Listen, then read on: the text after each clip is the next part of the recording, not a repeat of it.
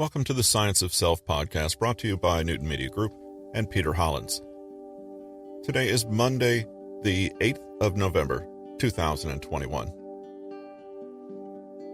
For today's episode, we're revisiting the book Polymaths by Peter Hollins, and we wrap up the discussion of individual polymaths by spanning quite a few years in history, starting with Descartes and wrapping up with Imhotep. Thanks for joining us today. Hope you enjoy the episode. The man who thought, therefore he was.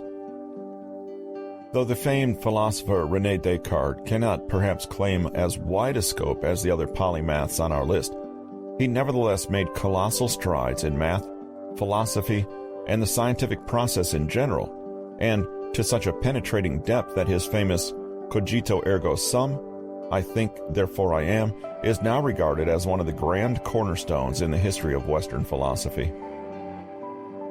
Philosophy.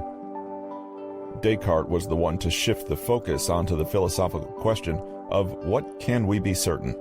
Essentially, the idea is that if there is doubt, there must be a doubter, which proves undoubtedly the existence of the doubter. In saying I think, there must be a thinker. There are always limits and doubts associated with our senses, even our rationality. Who can say we're not deluded or mistaken or deceived in our faculties? However, if we are to determine without doubt something we can know for sure, we can begin with this maxim and know that at base we exist. Descartes' 1637 work titled Discourse on the Method was a powerhouse covering the underlying maxims of inquiry into the sciences, proof of God and the soul, an approach to physics, and the heart and soul of all beings. Polymaths tend to go large, as you may have noticed.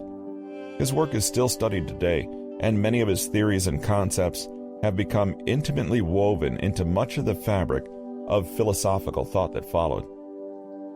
Though the scope of it is well beyond any brief introduction possible here, we can say that Descartes pioneered a deep attitude of skepticism, taking nothing for given that couldn't be proven, and on this basis, and this basis alone, a solid philosophy of any kind could be built.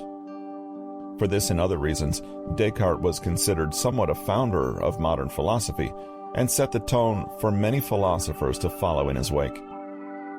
His Meditations of First Philosophy were likewise influential, and his formulations and proposed processes of scientific and philosophical thought are still being discussed today.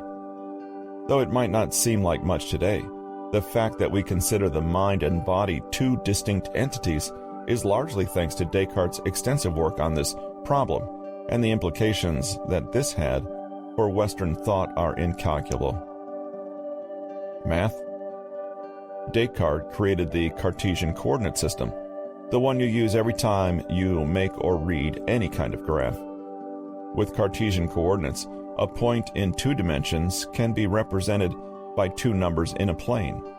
This convention has been used in linear algebra, differential geometry, group theory, analytical geometry, calculus, and more. Any geometric figure or equation can be transformed or represented on a Cartesian plane, with many useful implications. Descartes also invented a way to determine the number of positive or negative real roots of a polynomial.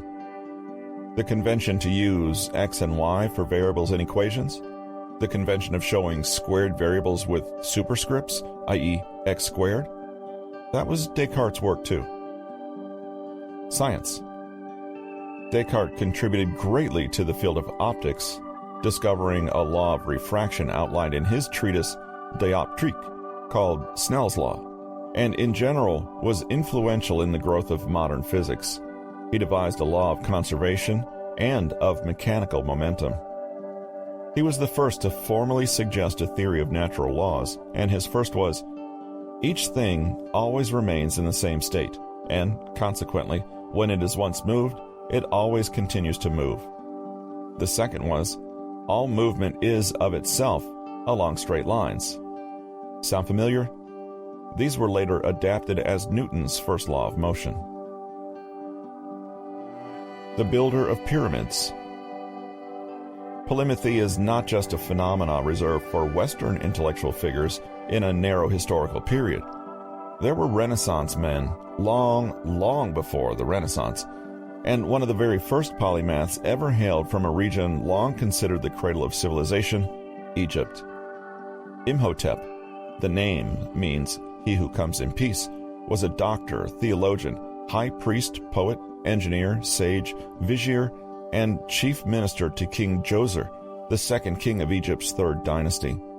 Imhotep was born a commoner in a region a little south of modern-day Cairo in the 27th century BC. Though it's difficult to imagine today, the ancient Egyptians were an intellectually advanced civilization, making incredible bounds in the sciences and arts, while most of the world was still living a more primitive hunter-gatherer lifestyle. Imhotep earned many titles and honorifics throughout his life, and was eventually deified in his own time as the god of medicine and wisdom. Though Imhotep's achievements are immense, there's reason to believe there were other prolific polymaths of his era too.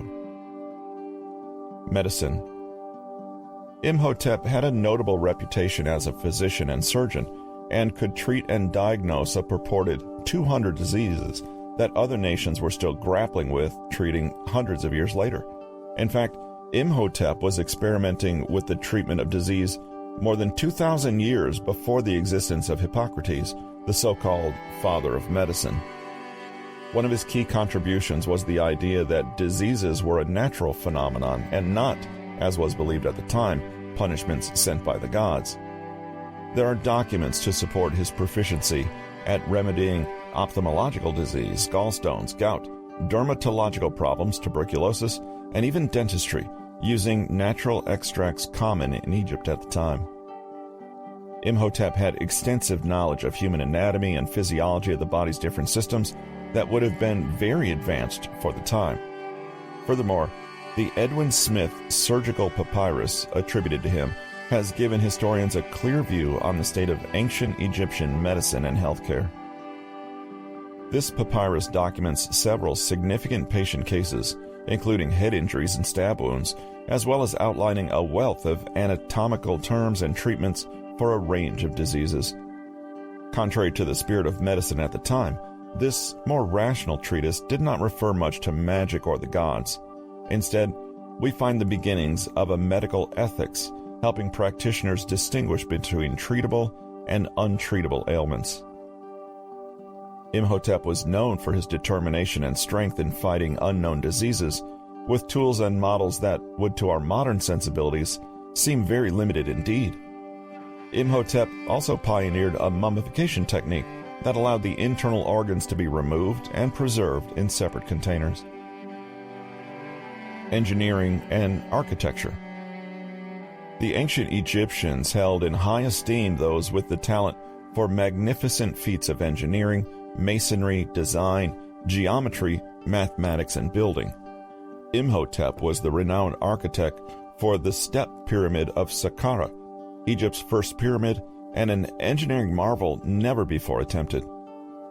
The Step Pyramid is widely considered one of the earliest cut stone constructions of its size, and the tallest man-made structure on Earth at that time.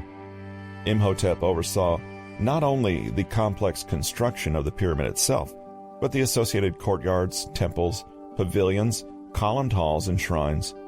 The novel limestone rock techniques used in this magnificent construction are impressively strong and durable, and, with the structure still standing almost 5,000 years later, a testament to Imhotep's forward thinking and vision. Imhotep is also known to have created a sophisticated irrigation system that made use of the Nile River to protect the country from even prolonged periods of drought. His legacy also includes many key writings on religion, poetry, medicine, and architecture. Ancient Egypt was a flourishing and highly advanced civilization for thousands of years, becoming a center of growth, development, and prosperity. Imhotep, being one of the earliest pillars of this great period of antiquity, no doubt contributed his own enormous genius to ancient Egypt's triumphs. That excerpt is from Peter Hollins' book, Polymath, Master of Multiple Disciplines, learn new skills, think flexibly, and become an extraordinary autodidact. The audiobook is available now on Audible. Check the show notes for links, as well as a link to Peter Hollins' homepage where you can request his free mini ebook on 7 psychological studies that will change the way you think. And finally, if you have a question or comment regarding the podcast, you can email the show at hollinspodcast@newtonmg.com or drop us a comment at bit.ly/hollinscomment. Thanks for joining us, and we hope you have a great day.